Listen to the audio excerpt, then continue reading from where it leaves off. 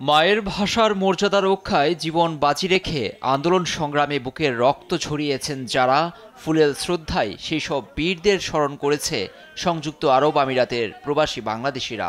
২১-এর প্রথম প্রহরে সংযুক্ত আরব আমিরাতে ভাষা শহীদদের অস্থায়ী স্মৃতির মিনারে অবনত চিত্তে শ্রদ্ধা জানায় নানা শ্রেণী পেশার মানুষ।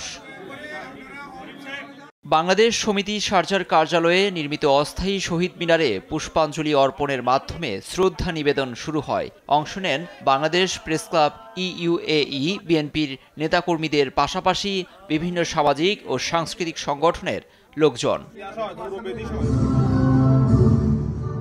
শুক্রবার সকালে বাংলাদেশ কনসুলেট দুবাইয়ে জাতীয় পতাকা অর্ধনমিতের মধ্য দিয়ে দিবসের সূচনা হয়। বাংলাদেশ কনসাল জেনারেল রাশিদুজ্জামানের নেতৃত্বে শহীদ মিনারে ফুল দেন কনসুলেট কর্মকর্তারা। পরে আলোচনা সভায় পবিত্র কোরআন তিলাওয়াত এবং মাতৃভাষা দিবস উপলক্ষে প্রধান উপদেষ্টার বাণী পাঠ করা হয়। পরে প্রদর্শিত হয় বাংলাদেশের সাম্প্রতিক সময়ের উপর নির্মিত প্রামাণ্যচিত্র। নিউজ ডেস্ক, দেশ টিভি।